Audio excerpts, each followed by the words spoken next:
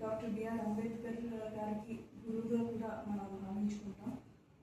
ఈరోజు మహిళలకి విద్యా ప్రమాణాల్లో కానీ బడుగు అణగారిన వర్గాలకి విద్యా అవకాశాలు ఇంకా మంచిగా రావడానికి ఒక పునాది వేసిన మహనీయులు జ్యోతిబా ఫూలే అని మనం చెప్పుకోవచ్చు. వారిని ఈరోజు మనం స్మరించుకుంటూ మనం చేసే పనుల్లో కేవలం ఈ ఒక్కరోజు స్మరించడం వదిలేయడం కాకుండా మనం చేసే ప్రతి పనిలోనూ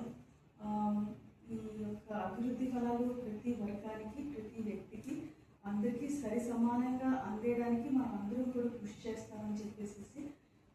తెలియజేస్తూ చెప్పేసి